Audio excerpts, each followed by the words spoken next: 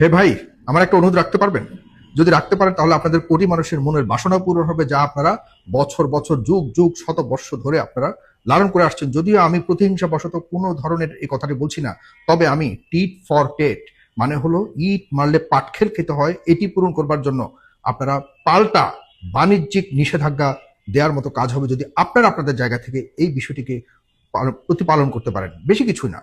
আপনারা জানেন যে পশ্চিমবঙ্গে, ভারতের পশ্চিমবঙ্গে পশু জবেহ এবং পশু কুরবানি নিষিদ্ধ করা হয়েছে। এই গত কিছুদিন আগে যে বিজেপি সরকার আসলো ক্ষমতায় পশ্চিমবঙ্গে, সেখানে তারা মুসলিমদেরকে টার্গেট করে মুসলিমদের বহু কিছুর উপরে আঘাত করা হয়েছে। আমি আসলে সাম্প্রদায়িক বক্তব্য দিতে চাই না, কিন্তু তারা যখন ইচ্ছাকৃতভাবে টার্গেট করে এই ধরনের একটা সাম্প্রদায়িক সিদ্ধান্ত তারা মানে সরকারিভাবে নিতে যাচ্ছে, তখন আমরা আমাদের দেশ বাংলাদেশের এই মেজরিটি মুসলিম দেশ থেকে আমাদের প্রতিক্রিয়া জানানোটা স্বাভাবিক। এটি আমাদের সহজাত প্রবৃত্তিগত জায়গা থেকে আমাদের করতে হবে। আদারওয়াইজ এমন একটা সময় আসবে তখন আমাদের আর করণীয় কিছু থাকবে না। পার্শ্ববর্তী দেশ হিসেবে আমাদের শুধুমাত্র আমাদেরকেও অনেক বড় ধরনের নির্যাতনের সাক্ষী হতে হবে অথবা সইতে হবে, যেটি আস্তে আস্তে বর্ডারের এপারও আসতে পারে। এতে কোনো ধরনের অবাক হবার কিছু থাকবে না। আমি যে আহ্বানটা করেছি সেটি হলো, আপনারা এখন থেকে অন্তত এই বছর যদি সম্ভব হয় ইন্ডিয়ান কোনো গরু আপনারা কিনবেন না, ইন্ডিয়ান কোনো গরুর মাংস আপনারা কিনবেন না। পুরো একটা বছর দেখেন, আপনারা কষ্ট করে গরু পালন করুন, আপনারা কষ্ট করে গরু ব্যবসা করুন, আপনারা কষ্ট করে গরুর যে আমাদের ব্যবস্থা রয়েছে বেচার অথবা পালন করবার, এটিকে বৃদ্ধি করুন, পশুপালন বৃদ্ধি করুন।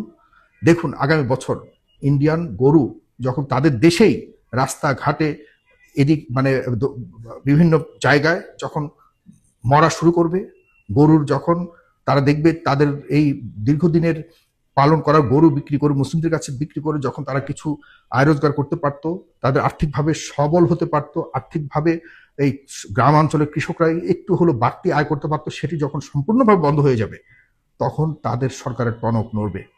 বিশ্বাস করুন, এটা যদি করতে পারেন, আপনারা অনেকেই করছেন, অলরেডি গরু কেনা অনেক কমে গেছে আমি জানি। আপনারা বলবেন যে আমরা গরু কিনি না, আমাদের নিজেদের গরু চলছে না। ভারতের গরু সারা বিশ্বে দ্বিতীয় শীর্ষ অবস্থানে রয়েছে ভারতের গরু রপ্তানিতে, অথচ তারা বলে যে গরু কুরবানি নিষিদ্ধ, গরু কুরবানি করা যাবে না, গরু হত্যা মহাপাপ, গরু আমাদের মা। আর বাবা ঠিক আছে, তো তোমাদের কিভাবে তোমরা দ্বিতীয় সর্বোচ্চ স্থানে রয়েছে সারা পৃথিবীতে গরু সাপ্লাই?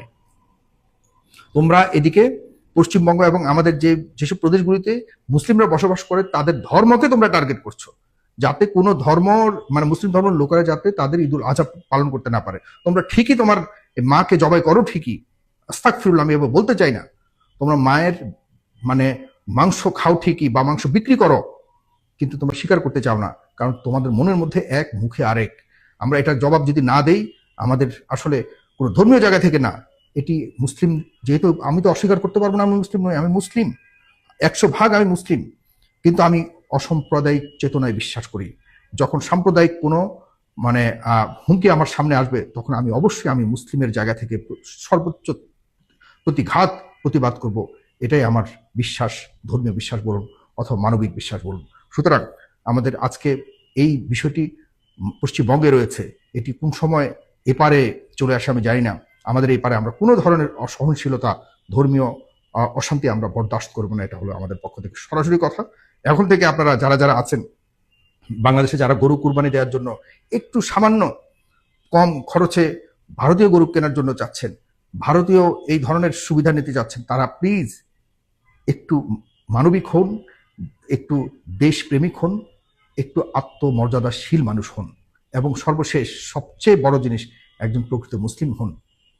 যে কারণে আপনাদেরকে যা করতে হবে সেটি হলো, আপনারা ভারতীয় গরুকে সম্পূর্ণভাবে নিরুৎসাহিত করবেন এবং ওপার বাংলা থেকে যারাই ভারতীয় গরু আনবে তাদেরকে ধরে বেঁধে রাখবেন। বাঙালি যারা এই পাশে যারা ভারতীয় গরু ব্যবসা করে, তাদেরকে যেখানে পাবেন এখানে বেঁধে রাখবেন। বেঁধে রেখে বলবেন যে তুই কখনো ভারতীয় গরু ব্যবসা করবি না, এটাকে বল, নাকে খদ্দে এবং চোখে চোখে রাখবেন। আমাদের মান সম্মানের ব্যাপার হয়ে দাঁড়িয়েছে।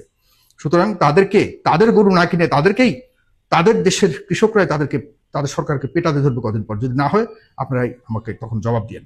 কথাটি রাখবেন, যারা রাখবেন শেয়ার করুন, আর আমার এই কথার সাথে যে একমত হন তাহলে অবশ্যই কমেন্ট বক্সে জানাবেন আপনারা কি মনে করছেন। ধন্যবাদ।